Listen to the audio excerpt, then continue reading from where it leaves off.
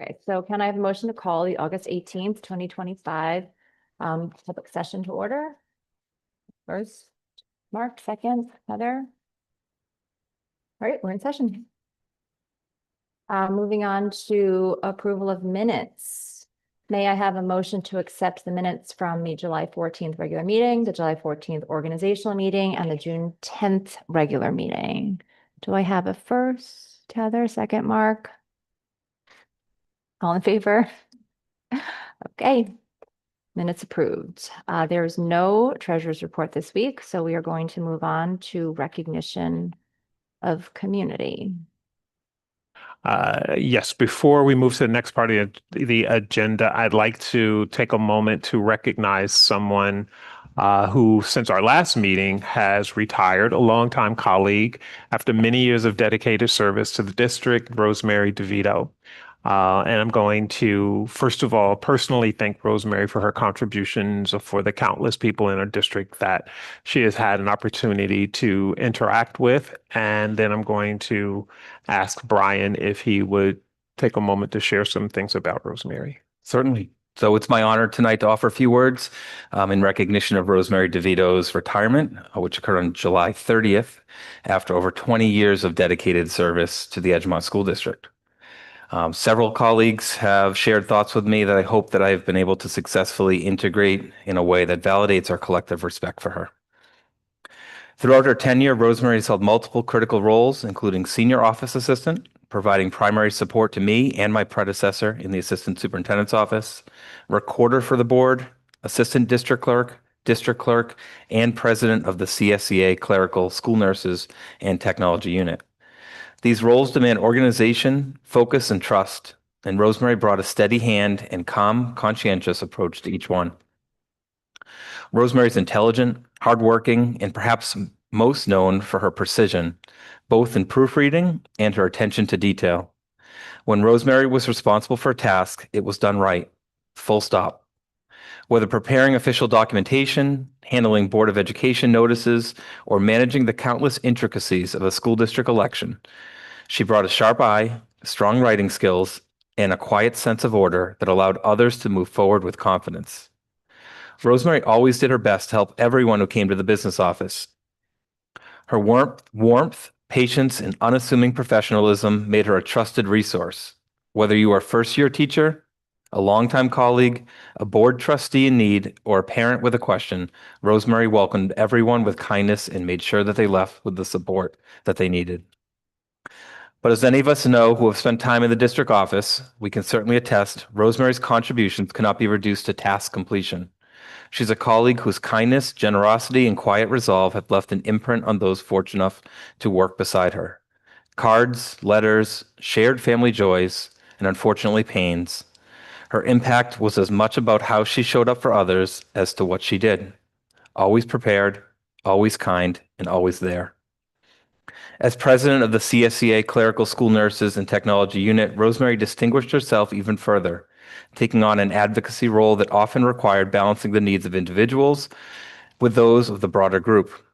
Amy Mazzelli, our Director of Human Resources, captured it perfectly when she described Rosemary's leadership as thoughtful, fair, and anchored in deep respect for the people that she represented. Her advocacy was never performative, it was principled. Her efforts were never about the spotlight or self-interest, but always about supporting others in meaningful, tangible ways. Her CSEA colleagues shared that Rosemary is welcoming, supportive, and possessing of a work ethic that makes others feel confident simply knowing that she's involved. Her smile, patience, and warmth made her not just a reliable professional, but a cherished coworker. She has been, in every sense, a good teammate. They furthered in stating that they will miss her experience and her presence deeply. Her support and hard work were an inspiration to all others. The contributions of those who work diligently behind the scenes are often the most underappreciated, precisely because they make everything look seamless. Like a skilled editor whose presence is felt in what goes unnoticed, Rosemary's impact was seen in the absence of error. Meetings that ran smoothly, filings submitted flawlessly, and vote counts that were checked, double-checked, and confirmed with care. Her role as district clerk, especially during the annual budget vote, exemplified this excellence. Each year brought its share of complexities, deadlines, and unexpected challenges, yet Rosemary met each one with a calm focus and meticulous attention. Her ability to deliver precision under pressure became the hallmark of her work. That kind of legacy doesn't always draw headlines, but it matters greatly. Rosemary, we will miss your voice, your laugh, your steady presence, and your deep care for the people around you. While we're pleased for you as you step into this next chapter, please know that your absence will be felt and your contributions will be remembered. On behalf of the Edgemont School District and the entire community that you've served with such care, we thank you. We wish you nothing but the best in retirement. May it be filled with happiness and plenty of time for yourself. You've earned it.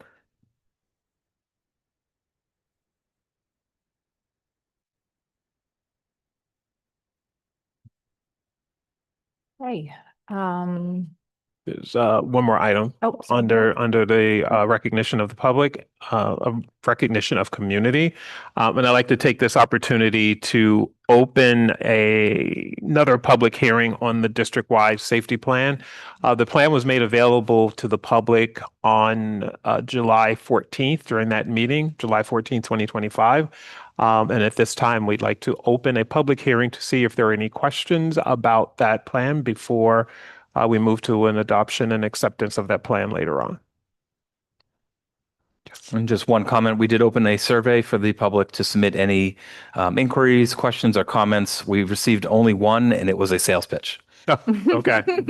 All right. Then based on that, the public hearing is closed. And this resolution, again, is presented later on in the agenda for your consideration. Is there anyone else who would like to address the board? No. Okay. Well then, public comment number 1 is closed. Okay, moving on to acceptance of gifts. Yes, the superintendent recommends the following gifts be accepted from the following donors for the intended purposes. From the Edgemont Junior Senior PTSA in the amount of $12,000 for the senior forum at the Rocking Horse Ranch and Six Flags Transportation. From the Edgemont Junior Senior High School PTSA in the amount of $4,000 for 5 picnic tables.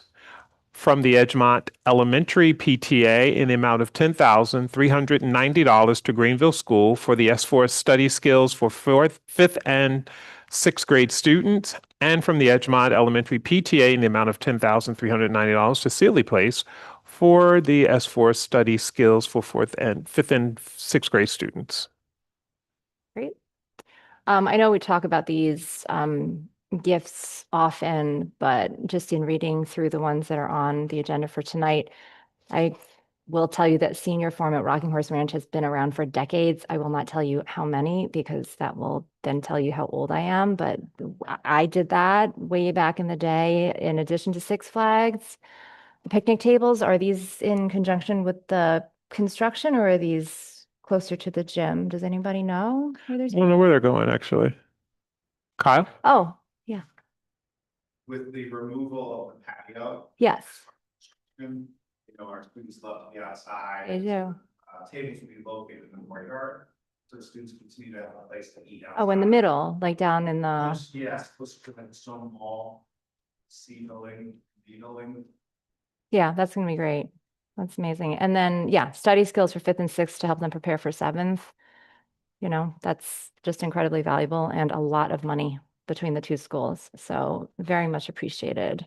May I have? Let's make one no. comment, Grace, just Fine. for those who've been on the board previously, you may see that the resolution is a little bit more robust than what it used to be for these gift acceptances. And that's to try to accomplish 2 things in one step. We've moved away from these trust and agency TE accounts into what are called custodial accounts, basically CM accounts that you'll see listed as the depository account there. In order to not have to have a separate action later in the meeting to do a budget amendment to then put the money on the line, we're going to accomplish it in that one step where we'll accept the gifts and provide the authority to raise the budget accordingly based on those gifts that are coming in. That's great. Okay, may I have a motion to accept these gifts? Ami, second. Mark, all in favor? Motion passes. Okay, committee reports. I believe we have 3, starting with policy. All right. And Jonathan, do you want Jonathan to put up the slide now? Yeah, in a moment. So we have several updates to share. The first order of business is logistical. We move that the board approve renumbering several existing policies to create space for new or reorganized policies in the correct NYSBA numbering sequence. So specifically, the board ethics policy will need to be renumbered from 1120 to 1124 to make space for the school district records policy at 1120. Personal privacy policy renumbered from 8130 to 8132 to make space for the school safety plans and teams code. And finally, the student gender identity policy renumbered from 200 to 7280 to place it correctly in the student policy series. These renumberings are administrative only and they don't change the content of the policies. Do I have a motion? First Mark, second Heather. All those in favor? The motion carries. Okay, the second order of business is the policy review cycle. So Jonathan, if you could put up the visual, that would be great. Thank you. Oh, we're going to need to put on our glasses for that one. Okay. As a part, it's also in the agenda attached, if anybody wants to put it up on their laptop. So as a part of our commitment as a policy committee to keep our board policies current and aligned with state regs and reflective of best practices, the policy committee, in consultation with our legal counsel, has mapped out and drafted what we're calling a policy review cycle. So it's just a clear cyclical process and structure for how we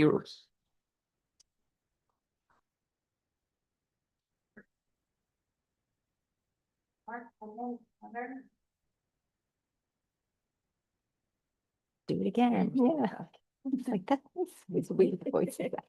That's okay. So it's a clear cyclical process and structure for reviewing and updating district policies to give the board and the rest of the community an idea of how we kind of do this from soup to nuts. So the first step here is that we start with researching. So this is typically based on any legal updates that we need to make. It could be based on NYSBA recommendations. It could be based on needs that we are hearing from the district. We often request sample policies from NYSBA and then work from there. And we also research similar policies in neighboring school districts. That's sort of how the process gets started. And then in the second step, the policies move through committee review for discussion. So Mark, Josephine, Dr. Moselli, and I, who are on the policy committee, deliberate. We share feedback on which policies make sense to draft and how these policies will impact staff and students. And then the third stage, we draft the policy. So Dr. Moselli gathers feedback from relevant administrators and district leaders. You may have been reached out to by Amy to get your feedback on draft policies. And then we send a more refined draft of the policy to legal counsel, and then they review it and they provide feedback. So then we revise again and share that draft version in advance with all of you. So you have a chance to review prior to our discussion here, which brings me to the first and second readings, which is step 4. After the first read, the policies are open for public feedback by board members and district leaders. And then we invite the public to email us at policy@edgemont.org to provide any feedback on the draft policy as well.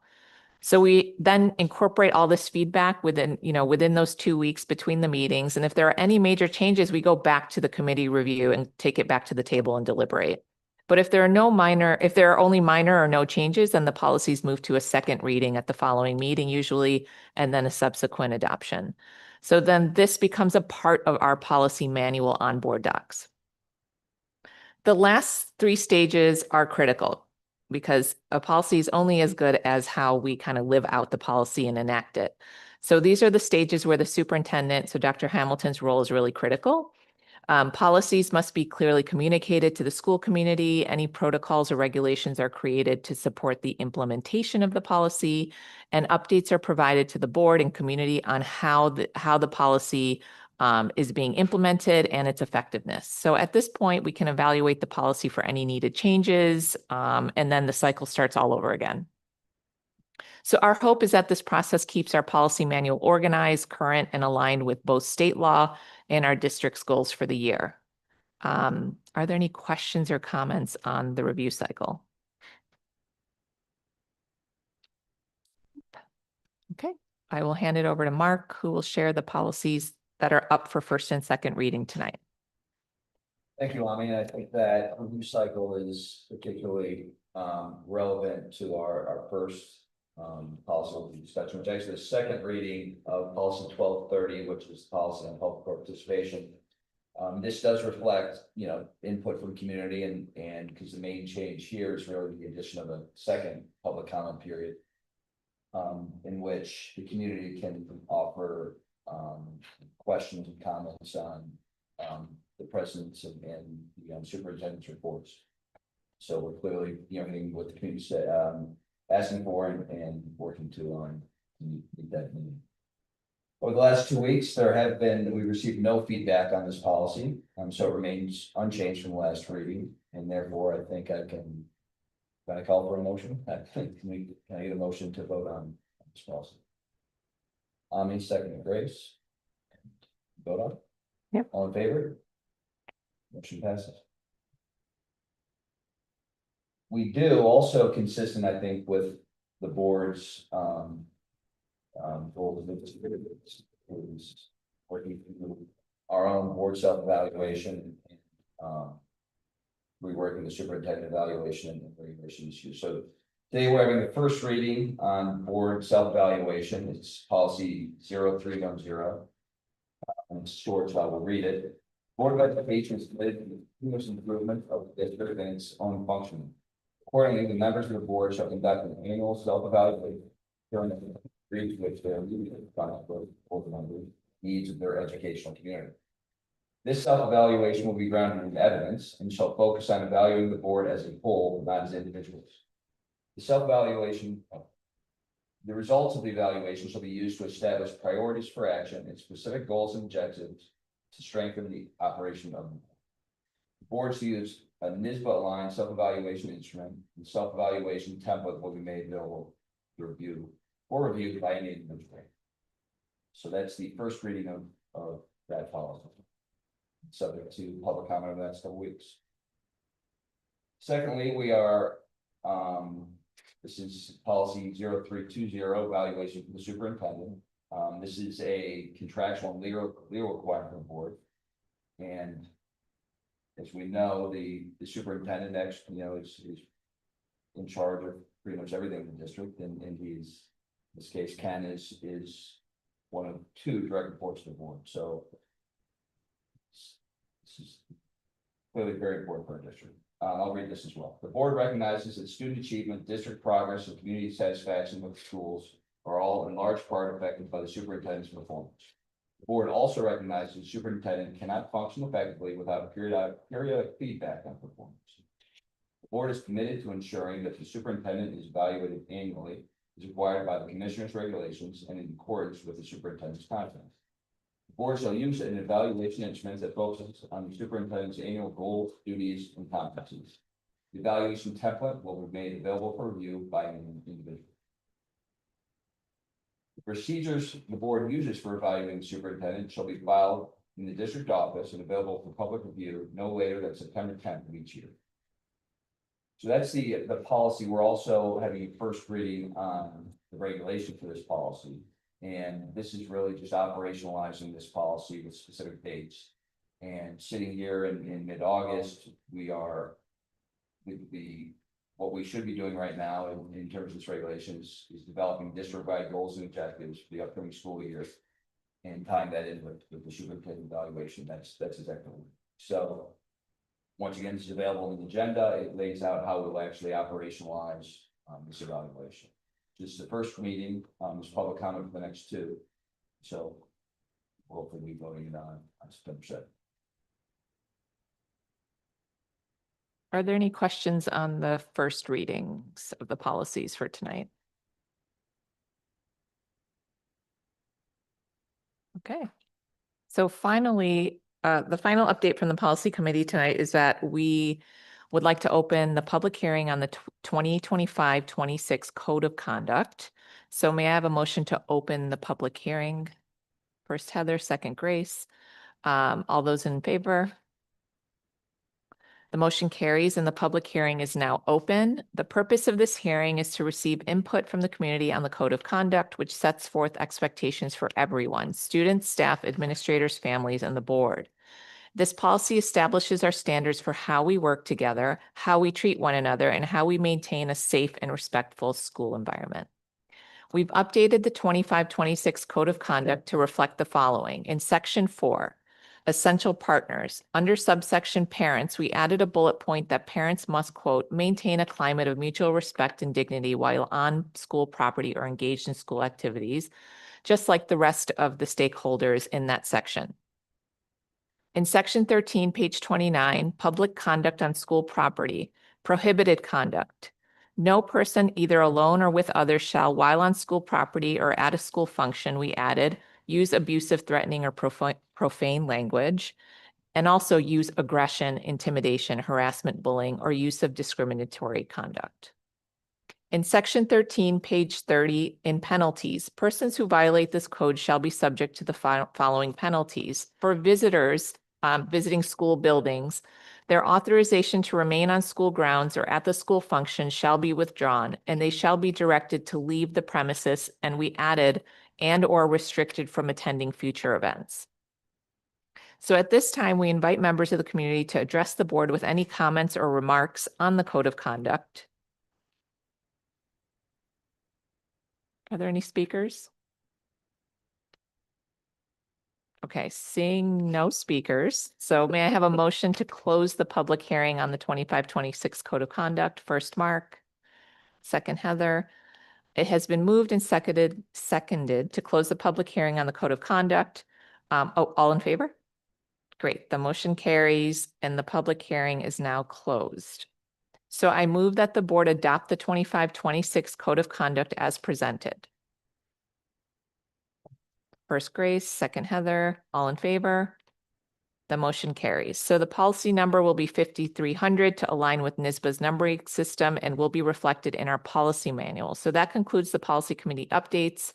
Per the policy, the district will work to ensure that all members of the school community are aware of the code, that they'll receive notification of the updated code, and it'll be posted on our website for the larger community and distributed to all staff, faculty, and students, particularly those who are new to the Edgemont school system.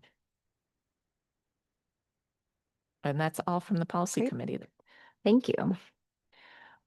Do we have an update from the finance committee or is that, we do? I'm gonna do. Oh, you're doing finance both. and Okay. accounting. Heather's going to do both. Okay, finance committee, so we met, last week as a finance committee and we reviewed the draft document outlining our newly defined norms and protocols, which will guide our work going forward. One of the roles of the committee is to advise on the use and allocation of resources. During this meeting, we reviewed year-end surpluses and advised on the allocation of these surplus funds to our existing and newly established reserves.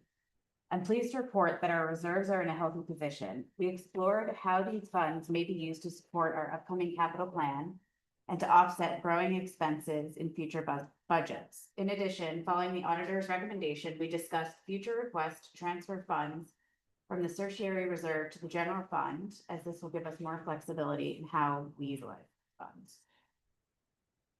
Any questions? No question. Okay. Moving on to the communications committee. So a key theme that emerged from this year's Board of Education election was the need to take a deeper look at communications and community engagement and to identify specific opportunities to turn community input and perspective into action. Over the summer, as a new board, we've been working really hard to organize our priorities and ensure that all of our committees are structured to best meet the needs of our community. One area we are deeply committed to improving this year is communications, and we wanted to provide an update on our BOE Communications Committee approach moving forward. Early this summer, Dr. Hamilton issued a call for volunteers to serve in an advisory capacity to the Communications Committee. While the original intent was to convene a community advisory committee that would serve as community liaison, this is community a lot. Communications and community. Offering insight and input into priority areas of focus, the board, in partnership with Dr. Hamilton, ultimately made the decision to fold the proposed advisory group into the official board communications committee to remove layers and create a more action-focused structure. Instead of only advising, committee members will be active participants in 3 communications working groups to actively move projects forward, working with outside consultants and specialized communication experts where warranted. The newly visioned Communications Committee will be co-chaired by Dr. Hamilton and Elise Paedas, who brings professional experience in communication. To that end, we're pleased to share that our Board Communications Committee will now include 6 community members who bring diverse perspectives from across our Edgemont community, along with, in many cases, valuable expertise in communications, digital, social media, and community engagement. Our ex officio student board members will also play an active role in this important committee, ensuring student perspective is centered in our decision-making and work. Our working groups will be finalized after our first meeting, but will likely largely focus on 3 main areas: content, which includes digital, social media, and other content; community and family engagement, focused on building strong community connections; and channels, which includes mapping and optimizing the ways of community. We are in the process of filling the 6 community member seats. We are incredibly grateful to all who responded and for the valuable perspective and ideas that you shared. Your input has been captured and will help guide our work moving forward. Our first Communications Committee meeting will likely take place in the 2nd week of September. We plan to keep the community continuously updated on the work coming out of these working groups in the months ahead. We're eager to get to work together and make meaningful progress on how we communicate as a district. Thank you again to all who have reached out with ideas. Ensuring opportunities for two-way feedback will be an essential part of how this committee works and will only make our work on behalf of Edgemont stronger. And that is the Communications Committee update. Thank you. Any question? No? Okay. Thank you guys for those very thorough reports. I think we are now moving on to the president's report. Is that what you have too? Yes. Yeah, okay. Jonathan, can you just throw up that first slide? That would be great. Thank you. Great. Okay. Good.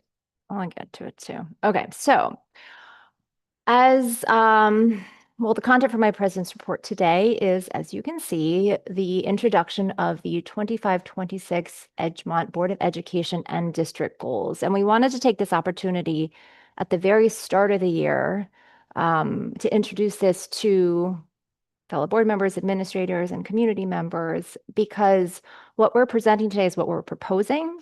Our intention is to adopt final versions of these goals at the September 2nd board meeting, but we do want to invite the community to watch tonight, watch the tape, take a look at the presentations, and send comments and thoughts back through boe@edgemont.org if anybody should so choose to.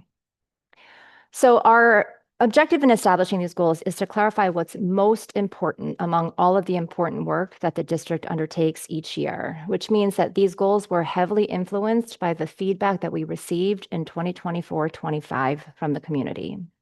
In addition to setting goals, we are equally committed to identifying objective measurements for what we define as success and keeping the community apprised of progress by sharing periodic updates throughout the academic year this year.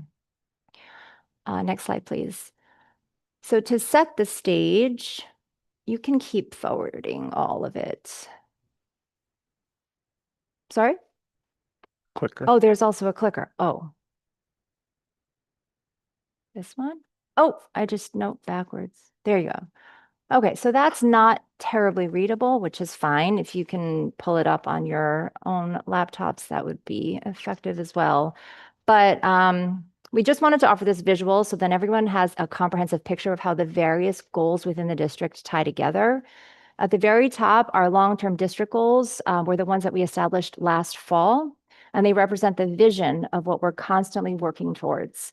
They're intentionally broad because they're meant to stand the test of time as the foundation of what we want an excellent Edgemont education to represent. So as a quick review, number one, from a curricular standpoint, we've committed to delivering a rigorous, innovative, and accessible curriculum for all students. Number two, we recognize that continued investment in strong partnerships with the community we serve is central to optimizing our students' experience. And number three, the district will continue to develop the entirety of each student so that they are more than prepared beyond academics to pursue any goal with confidence and purpose. From that 20,000-foot view, the Board of Education is responsible for ensuring that the right structures are in place so that the district can operate with maximum effectiveness. So while those long-term district goals at the top set the vision, the Board of Education goals ensure the operation is working well and that nothing is impeding progress. From there, the next layer, the annual district goals then begin to identify what our students, staff, and community need most from us in the next academic year. So rather than highlighting all of what's done, the district goals reflect the areas that the community has helped us identify as the most critical. The annual superintendent goals, which we'll be addressing at a future meeting, then outline the clear actions and initiatives that flow from there. So to recap, at the top, you have the general vision of our optimized state. For the Board of Education, what systems do we need in place so the work get done well? For district annual goals, what are the general bodies of work that we'll be focusing on? And for superintendent goals, how exactly are we going to get that all done? So with that, I'll use my clicker and go to the next slide. This is a little more readable. Okay. So what we are proposing for the 25-26 Board of Education goals are as follows. First is to strengthen our governance processes within the district. Embedded within this goal are specific objectives. Some of you've actually already heard of some tonight that we've already started to work actively on. So we are updating and aligning all existing policies on board docs with state regulations and the NYSBA numbering system. We're establishing a clear process for reviewing and developing new policies with a special focus on those related to improving board governance. We're reestablishing the role and purpose of all of our committee structures to clarify how to best partner with district administration and document what outcomes the committees are driving. We're ensuring all trustees complete required fiscal oversight and governance training, as well as participating in annual professional development opportunities. We're establishing shared norms and protocols to improve communications between the board and the superintendent. And finally, for those of you who are familiar with board docs, we're looking to upgrade that backend software to much improved user interface to better manage our governance, transparency, and community engagement. Our second goal is to promote transparent, inclusive, and responsive communication. As Heather has already alluded to, communication has emerged as one of the community's primary concerns, whether it be about content, engagement, or delivery channel. The committee, as she described, will play a key role in ensuring our ongoing communication strategies are well-informed and on point. And we, as a board, will also increase direct engagement ourselves through more frequent public forums and listening sessions outside of regular board meetings. We'll be publishing periodic board updates, summarizing decisions and initiatives, and establishing clear protocols for responding to community inquiries so that expectations are clear. And our final board, our final board goal for 2025-26 is to exercise evidence-based oversight. And as I had mentioned earlier, in order for board oversight to be effective, there has to be strong understanding of not only the goals, but the predetermined evidence that will define eventual success. So this type of evidence or data, depending on the circumstance, will be central to our own Board of Education self-evaluation, the establishment of annual goals for the superintendent, understanding how that translates into departmental goals for 25-26, and then monitoring progress throughout the year. Okay. With the long-term vision set and the board priorities clear, we're now going to turn our attention to this slide, which are our proposed annual district goals, which should be, again, highlighting the areas where we want to make significant progress in the coming year. Starting with communication and partnership, we've talked a lot about this already, but establishing it as a district goal emphasizes that improved communications is a district-wide initiative that will involve leadership and the community at all levels across all buildings. Excellence in teaching and learning is ultimately about fostering classroom environments that truly elevate student outcomes. One example that you'll continue to hear about are the ongoing innovations around student-centered learning, where teachers facilitate new ways for students to more actively engage in their own education through increased choice, a focus on collaboration, and tying their learning to real-world applications. Strategic goal alignment and governance, again, reinforces the alignment between board, administration, and community with a shared commitment to better coordinating our efforts, holding ourselves accountable, and reporting out results. From a curricular standpoint, you'll see an example of our emphasis on future-ready instructional programming in the ongoing implementation of initiatives like next generation learning standards that allow for deeper and more flexible engagement beyond baseline standards. And lastly, while not as visible as the rest, we have to ensure that our operational functions are fully supported so that our students' learning experiences on campus remain uninterrupted as the district manages through urgent issues around evolving state and federal mandates, security issues, technological advances, the ongoing bond rollout, and crisis management. So I know that was a lot, but it's important that we start the year with a well-defined focus for what we want to accomplish this year. Again, we welcome any comments, questions, and suggestions, as our intention is to adopt our final goals at the September 2nd board meeting. And you can reach us at boe@edgemont.org. Thank you. Moving on to superintendent's report. Yep. Yes, this evening during the superintendent's report, I just want to take a moment to just share with the board and our public some things that have been going on in the district over the summer while most of you were away. There's been a lot of noise around the district as we work to make our campuses more modern and begin to align our facilities with the excellence that Edgemont is known for. At EHS, we saw some major progress with phase 1 of the parking and paving lot project, which is scheduled to be finished before school begins. There is a new fitness center, or the current fitness center is being renovated, thanks in part to a very generous gift from the E-Club. Construction has also started on the multi-year cafeteria renovation and expansion project, which is funded by the 2024 bond, and it is expected to be completed in fall of 2026. The auditorium renovation, which has been made possible through the generous gift with the Edgemont School Foundation, is progressing well and is on schedule, and we anticipate that project will be complete by the time students return. We also added a new playground near Blanford Field, renovated office and conference space here at EHS, and removed the long dormant paddle tennis courts to improve site usability. At Greenville, the tennis court renovation project is finished and the courts are open. The cafeteria is under full renovation with upgrades that will eventually support food service and air conditioning projects starting in 26-27 school year. New windows have been installed in the library wing, and 2 new playgrounds now replace the aging and outdated playground equipment. Silly Place has a new front playground, and it has been replaced, and we added a new Gaga pit to enhance our students' recreational experience. The architects and facility teams are hard at work designing the next phase of the bond, which will bring district-wide air conditioning, new STEAM classrooms, security upgrades, and more building and field improvements. Some projects will continue into the school year, and I just want to ask for everyone's patience. There will be noise, there will be dirt, there will be dust, but these are minor inconveniences for the price we pay to improve our district. And there will be a lot of work going on over the next several years. In the area of student support services and instruction, our PPS department has had a very productive summer. The ESY program is completed and was held here at EHS, and it has provided critical services for our most vulnerable students.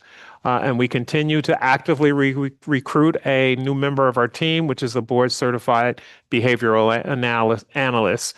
And this position will strengthen our support for our students.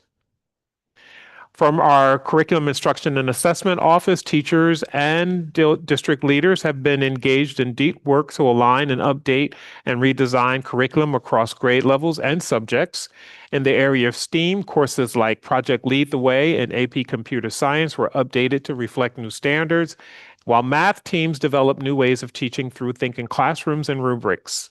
In humanities, new English electives and student-led book clubs will provide more engaging opportunities for our students, while elementary social studies teams have improved pacing and integrated more project-based learning and inclusive learning experiences for our students. We also launched a very sophisticated multi-year records digitalization project that will streamline operations, improve accessibility for records, and free up some very valuable and much needed space in the E-building. And just some dates to keep in mind. There is a new staff orientation on August 25th and 26th here at the EHS School Library, and the superintendent's convocation that I hope board members, if you're available, you will attend. And that will be held on August 27th, beginning with a welcome back breakfast sponsored by the PTA PTSA at 8 a.m. here at EHS in the lunchroom in the cafeteria, and our staff will report to the auditorium for the convocation at 8:45. And I just want to take a moment to really give a shout out to our buildings and grounds team for some extraordinary work. A lot of the work that's been going on in the district, our maintenance crew has performed, and they have done some exceptional work and saved tons of money by doing so.